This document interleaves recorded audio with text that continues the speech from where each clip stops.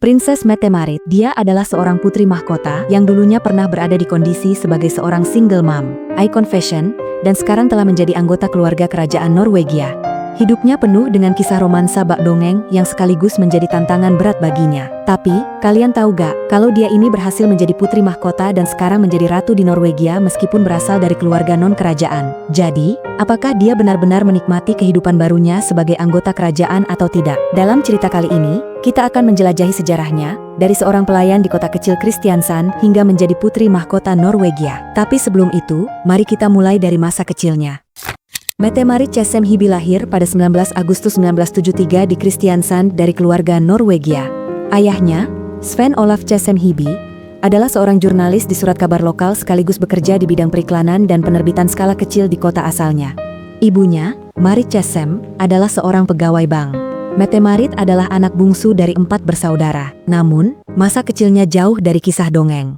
Ketika Mette-Marit lahir, keluarganya sudah mengalami kesulitan finansial untuk menghidupi 4 anak. Meski begitu, dia dan saudara-saudaranya menikmati masa kecil yang bahagia di Kristiansand. Mereka sering menghabiskan liburan di pesisir pantai, di mana Mette-Marit mengembangkan kecintaannya pada berlayar, hobi yang terus dia nikmati sepanjang hidupnya.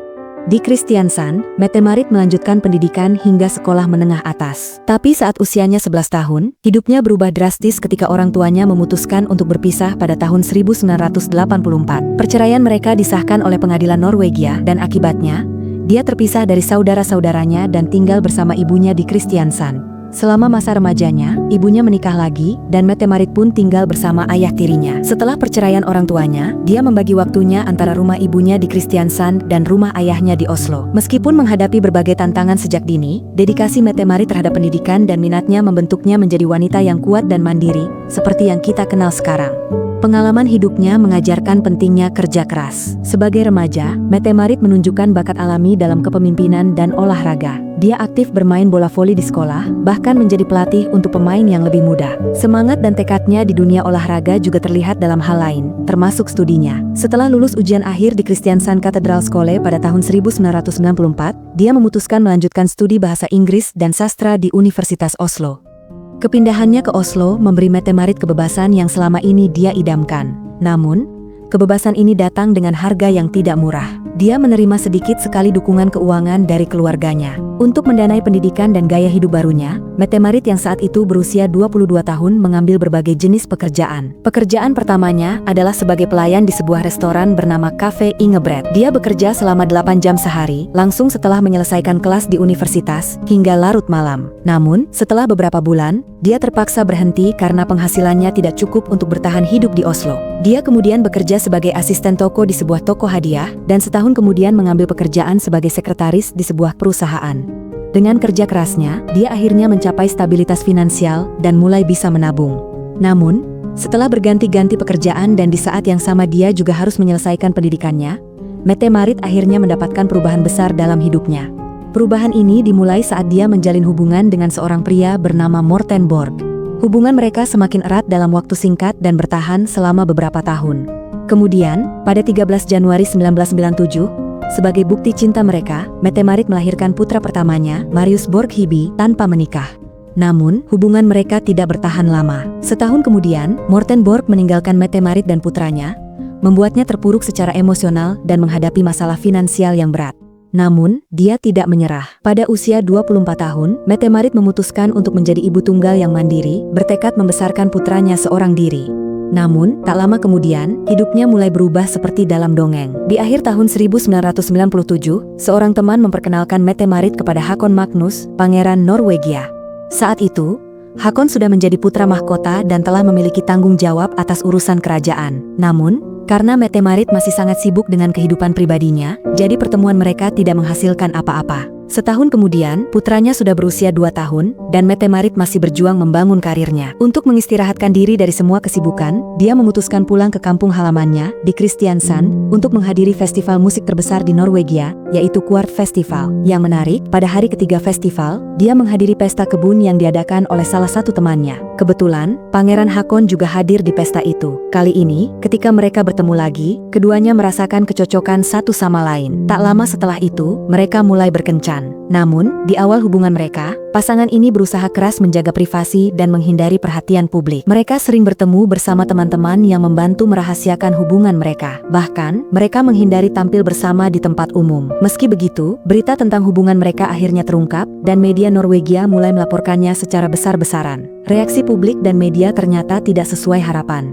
Media mulai mengulik masa lalu Mette-Marit, termasuk fakta bahwa dia memiliki anak dari hubungan sebelumnya dan pernah bergaul dengan orang-orang yang terlibat dalam penyalahgunaan narkoba. Bahkan muncul rumor bahwa keluarga kerajaan tidak setuju dengan pilihan Pangeran Haakon. Keadaan semakin memburuk ketika masyarakat Norwegia ikut mengkritik hubungan mereka. Banyak yang berpendapat bahwa masa lalu Mette-Marit bertentangan dengan nilai-nilai budaya kerajaan Norwegia dan dia dianggap tidak layak menjadi pasangan calon raja. Beberapa orang juga mempertanyakan keputusan Haakon, menganggapnya sebagai langkah yang tidak bijaksana. Namun, meskipun berada di tengah badai kritik, Mette-Marit dan Haakon tetap saling mendukung dan memilih untuk melanjutkan hubungan mereka. Hingga akhirnya, pada 1 Desember tahun yang sama, Pangeran Haakon melamar Mette-Marit saat acara keluarga.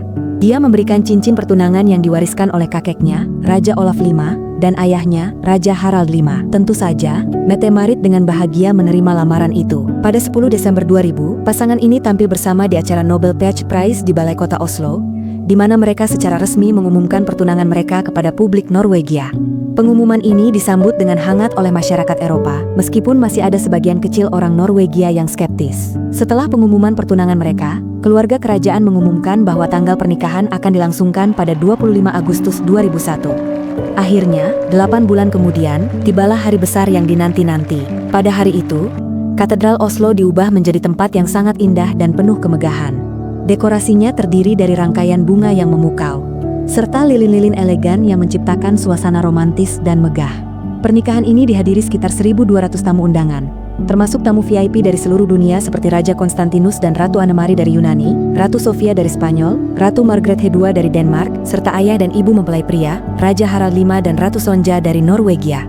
Namun, perhatian utama tentu saja tertuju pada mempelai pria dan wanita. Haakon tampil dalam pakaian tradisional Norwegia yang terdiri dari tunik wol biru tua dan celana panjang yang serasi. Tak lama setelah itu, Mette-Marit muncul dengan gaun pengantin sederhana namun sangat elegan. Dia memutuskan untuk tidak berjalan di lorong gereja bersama ayahnya. Sebagai gantinya, dia berjalan menuju altar bersama Haakon, calon suaminya. Dalam upacara keagamaan yang hikmat, pasangan ini berdiri saling berhadapan dan mengucapkan janji suci mereka. Pernikahan ini menjadi perayaan besar yang disiarkan langsung di televisi dan ditonton oleh jutaan orang di seluruh dunia. Masyarakat Norwegia menyambut pernikahan ini dengan penuh sukacita, merayakan pasangan kerajaan baru mereka dengan tangan terbuka. Acara ini juga dianggap sebagai tonggak penting dalam sejarah monarki Norwegia modern, serta bukti bahwa cinta sejati mampu mengatasi semua rintangan.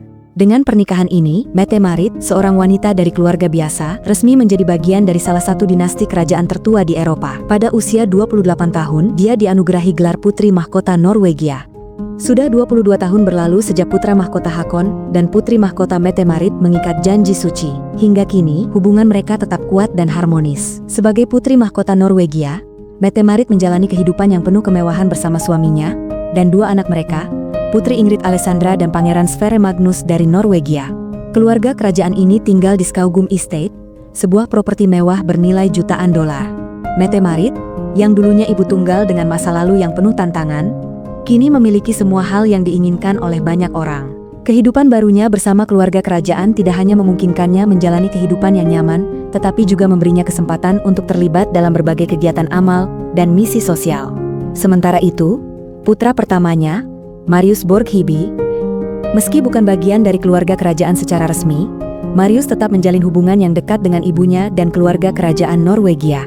Kisah Mette-Marit adalah bukti nyata bahwa masa lalu yang sulit tidak menentukan masa depan seseorang.